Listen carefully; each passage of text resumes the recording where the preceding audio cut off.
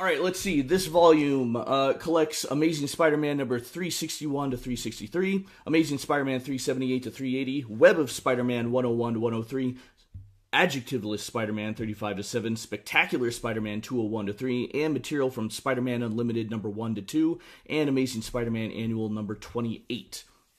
For those of you who may not know, Carnage is the child of Venom. Venom is this alien symbiote Spider-Man actually accidentally brought to the Earth, which eventually attached itself to a man named Eddie Brock.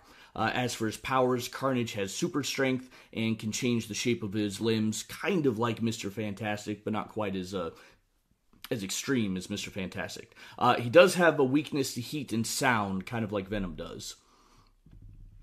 Yeah, and he's able to kind of throw projectiles from his body, kind of like webbing, but he can make these like hard constructs that last a few seconds, but will hurt you. Knives, axes, things of that nature. I also found it interesting when I first saw him. I wonder, and I'd have to go back and look at any sort of interview notes from back then.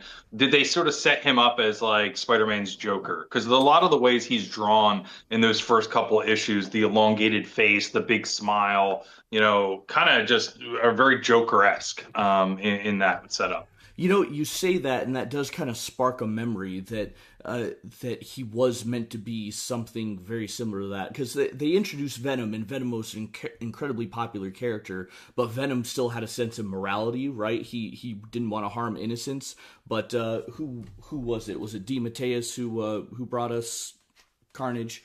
Michelini brought us Carnage. Yeah. I do recall something, an interview I heard with him saying something along the lines of he wanted a character that just had no morality, that he was crazy and Right. insane like the Joker. So you might be right about that. Yeah, and they really leaned into that, especially with I think the very first kind of appearance of him is drawn by it's not drawn by Bagley, the preview page. I'm blanking on the name here. Hold on a second. Eric It's Larson. Larson, yeah. So yeah, when Larson drew that one page at the end of the book, I mean, it just jumped out at me right away. Okay, well, in terms of content for this book, this is nearly identical to Amazing Spider-Man Epic Volume 25 because they both carry the Maximum Carnage storyline. So we'll also do a quick recap of the contents of Amazing Spider-Man 25 after we get through this Carnage volume because why do this show twice? We've basically got it all there. And I'll add that if you already have Amazing Spider-Man Epics volumes 23, 25, and 26, then there really is no real reason to get this Carnage book. All the stories are found in those volumes, particularly volume 25, as I stated before. I think the only difference might be a few extra things in the extra parts in the back. But I mean, with that, I'll also add, I wasn't really planning on getting any of the Carnage volumes when I first started getting into buying epics. I found them for used quite cheap. I think it was like $40 for all three. And I'm a sicko completionist, so I just decided, okay, what the heck, I'll do it. See, I was a sucker for this because this book, this cover specifically was the first book I ever bought. We talked a little bit about that in the introduction before. And when when this book was announced and it had the origin in here, which I did have a trade of, it's buried right now in my to sell pile or to give away pile. But there was a white trade. I think they have it in the bonus materials in the back. And so I have that trade of the first couple of issues. I collected all of went back and was able to get those. This isn't even actually my original. I bought this again, for like a couple bucks online because my original's all beat up and Mm. hanging in my basement. But having all of the original issues, in the long boxes down there, so on and so forth. I'll flash them up as we're going along. This book had everything all in one spot, right? So it's drawn 99% by Mark Bagley. It's covering those issues. But to your point, I'm not a big character epic person because I like to kind of get things in order. I'm all about like getting this sort of full run of things. Hmm.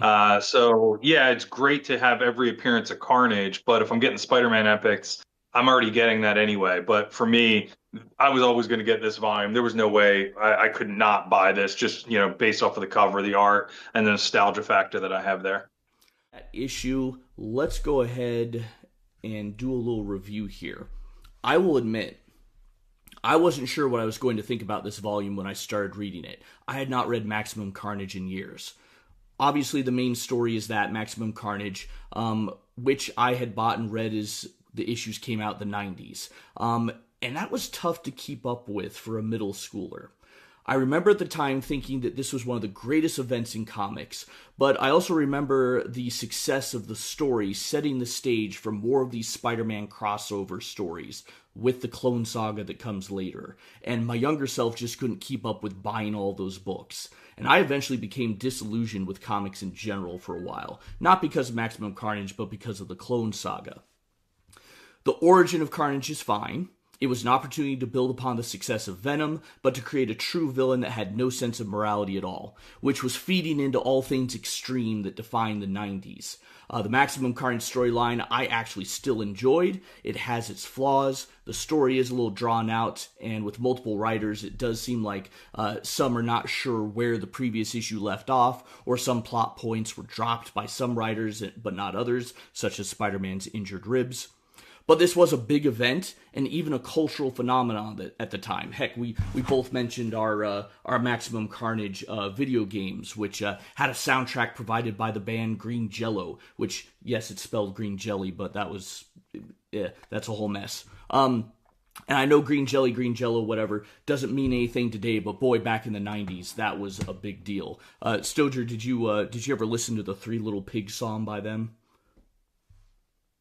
No, I don't think so. No? Oh, treat yourself. Go find the music video on YouTube. It is pure weirdness. And honestly, the Three Little Pigs song was my first introduction to Green Jello, so I knew about them before the video game. But anyway, the defeat of Shriek and the Carnage Kids with the power of love, as we stated, that's frankly ridiculous. But there was some real artistic and intellectual moments found in these stories that I don't think I appreciated as a kid. And since I'm mentioning some of the art, let me touch on that real quick. The art is good and consistent across several different artists that we have from this volume. Mark Bagley is the artist of my youth, and so I grew up enjoying his style. I think the one artistic outlier here is Sal Buscema, whom we've both kind of talked about a bit. And that's not to imply that Sal Buscema's art is bad, but his art is cleaner. As I mentioned, more kind of like classic animation than his comic art, than the art of his peers. But his art seems to convey more feelings than the others. And DeMatteis's judicious use of dialogue, I think, helps bring that out. And I'll admit that when I was younger, I did not like picking up Spectacular Spider-Man because I did not like Sal Buscema's style. But now that I see what he's doing as an older person and how his art tells a story, I want to go back in time and punch my younger self in the face, to be honest. Stoger, do you have any final thoughts? Yeah, so for me, a little bit of a difference in the ranking of the artists there. As I mentioned earlier briefly, like for me, Sal back then was probably number two in that list. Didn't appreciate the Web of Spider-Man artist as much now as I did, or back then as I do now. But Tom Lyle, while I respect his work and like the adjectiveless Spider-Man now, back then that was the sort of bottom of the pile for me. And the Ron Lim stuff, I think would still be above Tom Lyle, but the it was more of like a step down. Like it was like, oh, I thought this whole issue was going to be redrawn by Mark Bagley. When I saw issue 14, it's like, oh, there's a part two, and they're switching it up. And now it makes perfect sense why. But back then, as a 12-year-old or 13-year-old or whatever I was, didn't really understand it completely. I was still learning. For me, I nitpicked at some of Sal's art throughout here, just because those things jumped out at me. But to me, Sal's art really tells a lot of that expression, that story. It is very different than everything else that's listed here. Mark Bagley stuff is the top. And when I look at the other 90s storylines, it's something I'm going to kind of think about as we look at other epics and go around. I mean, this is really like the top of the heap for this time period, right? 80s Marvel is really, really good. Mm-hmm. 80s DC is really, really good. everybody has a drop off in the 90s, right? When Yeah. there was a lot of extreme, a lot of this, a lot of that, but but not Spider-Man, right? Like Spider-Man Clone Saga might have gone on too long and things like that. But there was a lot of like kind of peak Spider-Man in the 90s. And whether that's artistically, whether that's writing or a mix of the two. So for me, this epic it rides high on a lot of the nostalgia value, but also rides high because I just think it's good when compared to its peers, right? When you look at what else was coming out around that time.